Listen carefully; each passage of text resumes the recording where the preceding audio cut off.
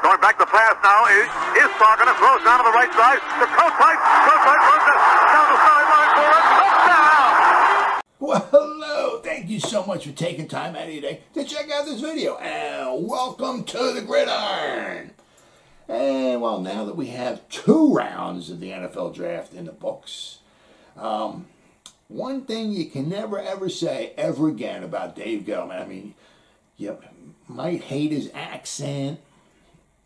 He's made some boneheaded free agency moves. You know, I ain't denying that. There's some things he's just done plain wrong, and there's no denying that. But one thing you can never ever once again say ever, especially since he's done it back-to-back rounds, is you can never say he never trades back in a draft and accumulates picks. You can never say. Now he's done it back-to-back rounds. So next year, right, we got, let's see, in the first round we traded back with the Bears to get their 20th pick. So we got their first rounder next year and their 4th rounder. And now this second round, our pick 42 went to the Dolphins. So we went from 42 to 50 and we got the Dolphins' 3rd round choice. So next year, the first 4 rounds, we got 2 firsts, we got 1 second, 2 thirds, and 2 fourths. So I'm going to be conservative here. I'm going to say in the top, say 130 picks of next year's draft. We're going to have 7 picks out of the top 130. So if after this season's over, if we have to let some guys go because we can't sign them financially, or if they just don't work out, or whatever the case might be, or we need a guard or whatever, we'll have a good shot at filling some holes next year. Not only in free agency, because hopefully we'll have a little bit of money to spend next year, but in the draft, which also, obviously in the draft, keeps you young. And also in the draft, keeps you cheap too, because you're picking guys in the 3rd round. You don't have to pay them a whole heck of a lot. You're picking guys in the 4th round. You don't have to pay them a whole heck of a lot. So you stay young, you stay cheap. Very good, very good. So you got to give Dave Gettleman some credit. All right, Kadarius Toney, pick number 20, good pick, good pick. And I said, not only that, but we picked up three draft choices from the Bears, a 1st, a 4th, and a 5th. And then in the 2nd round, we got Azeez Ojulari. I mean, could you possibly imagine? I did a video a couple weeks ago on possible players the Giants might draft at number 11, and I did one on Azeez Ojulari. I didn't think anybody in the draft edge-wise was worth the 11th overall pick, except for Jaelan Phillips, if he was healthy. If he was healthy, yes. He's not healthy, so no. But, a lot of people out there had, I've seen a lot of mocks. Azeez Ojulari going to the Giants at number 11. Number 11. Not number 42. But it wasn't even 42. It was number 50. Can you imagine that? I was shocked when the 2nd round started. I was looking at some of the guys there. I'm like, oh my God, this guy's still there. He's still there. And I'm like, Azeez Ojulari. I'm like, oh, could you imagine if he got to us at 42? Oh. And I tell you what, things are happening so fast. You got 5 minutes in between picks. It was like pick number 40, somewhere around there. I was looking. I'm like, oh, okay, the Giants are up in 2 picks. Cool. So I was talking to my friend for like a minute or 2, whatever it was, and I turned around. I looked. I'm like, Miami Dolphins are on the clock. I'm like, what? What? I had to go to my phone because right then things are happening so fast. They don't have the transactions. What happened? So I'm like, what? What happened to Giants? So I looked and I'm like, oh, they're picking 50 now. I'm like, oh, okay. And I'm like, well, then I had to Google it real fast to see what did they get in return. They got a 3rd rounder. I'm like, okay. Now the Dolphins are probably going to be pretty good, so it's not going to be like a early 3rd rounder next year. So you're looking at a definite back part of the 3rd round draft choice, but still, it's a 3rd rounder. Not bad. And not only that, but they still got Azeez Ojulari at number 50. Could you imagine? Would you bet? But it just goes to show you, you can read the magazines, you look at the videos, read the stories, look at all the mock drafts, look at this, look at that, all that stuff, and you think you know. And sometimes you just don't know. So, I mean, you can just make, intelligent decisions upon the information that you have at hand upon, where certain players might go and all. But you just don't know. Nobody ever would have thought he'd slide to number 50. Well, I mean, apparently this, which obviously was, wasn't widely spread, because if it was widely spread and people knew how much the teams kind of were red flagging some of his health issues, the people wouldn't have been picking him to go to the Giants at number 11 or anywhere in the top 15 or 20. When he was a senior in high school, he tore his ACL.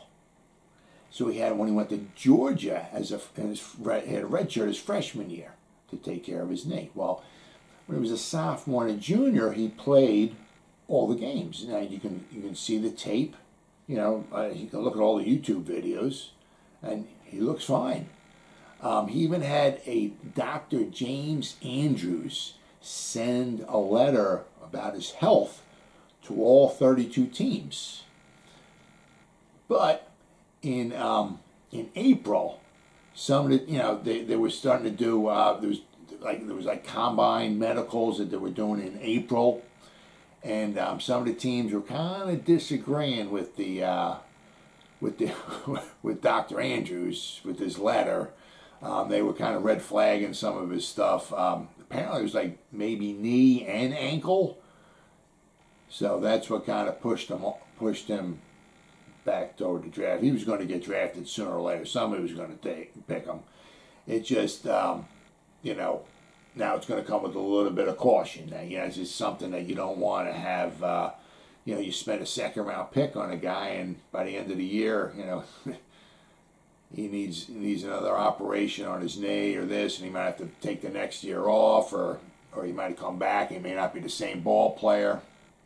But if you're going to talk, somebody's going to ask Gettleman or Judge in the news conference about why did you pick Azeez Ojulari when he had his medical issues, and they're going to say we had our doctors look at him, and they gave him thumbs up. They gave us the green light. They found nothing wrong. So some teams, whatever they saw, don't want nothing to do with them, especially in the first or second round. Now, obviously, sooner or later he was going to get picked.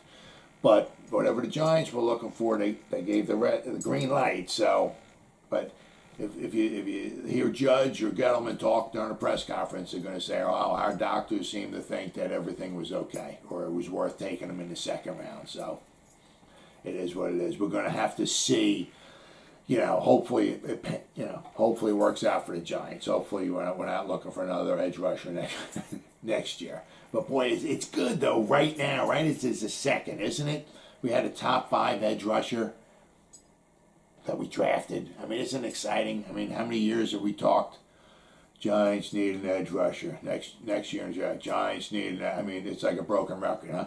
But finally, I'm not saying he's going to be a 15-sack guy. I'm not even going to say he's double digits. But isn't it nice, just to hear the edge rusher? Giants draft edge rusher. Isn't that nice to hear? I mean, we drafted, I said, Carter in the 3rd round.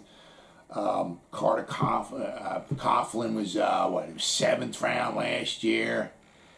Cam Brown, late pick, the X-Man, what was he, 3rd round? We've got some, but nobody this early, and especially some people had him going in the 1st round. Now, he can actually even cover, not so much cover anybody, one-on-one, but he can cover in space if need be. Georgia had him rushing from the right side, from the left side. They had him rushing in a 2-point stance, in a 3-point stance. So he has flexibility there. And you look at the tape. I mean, it's pretty impressive. He is a little raw. He only has so many moves, you know, but obviously what he had worked pretty good in college, but unfortunately, that's what it is sometimes in college when you're a superior athlete, you know, and 95% of the players that you're going up against, you're superior to them. You know, you can get away with one move, maybe two moves, you know. But when you get to the pros, it's a whole new ball game. And, you know, one move, two moves may not cut it, you know, because if I'm a tackler, I know exactly what you're going to do on every pass rush move. It's, you know, if I'm a decent enough tackle, I'll be able to block you. You know, for the most part. So he's a little raw. Let's see if Patrick Graham can get the best out of him. Maybe we can get some an extra move or two out of him and make him a little bit better. But, I mean, as of right now, we drafted an edge rusher. Wow. Somebody of need, huh? Isn't that great? We added another weapon on offense, and we kind of added a weapon on defense. But, I mean, isn't that great to hear? Whew, I couldn't believe it. Azeez Ojulari at number 50. Wow. Well, so far, we're knocking it out of the park. I mean, if you're a basher of the Giants, you know, it doesn't matter. The Giants could have drafted Trevor Lawrence and they would get an F-. So, I mean, it doesn't matter who they draft. Some guys, no matter what, they're going to give the Giants a negative, right? And I'm not saying the Giants got an A++ or nothing, but it's at least a B+, if not an A- so far. I mean, I would have to say at least an A- so far, especially if you're considering the fact that we got 3 draft choices for next year, right? So far so good. I can't wait for the rest of the draft, but boy, hey, Azeez Ojulari is in the house. Well, as always, guys, thank you so much for taking time out of your day to check out this video. You guys stay safe out there and go Giants! Woo!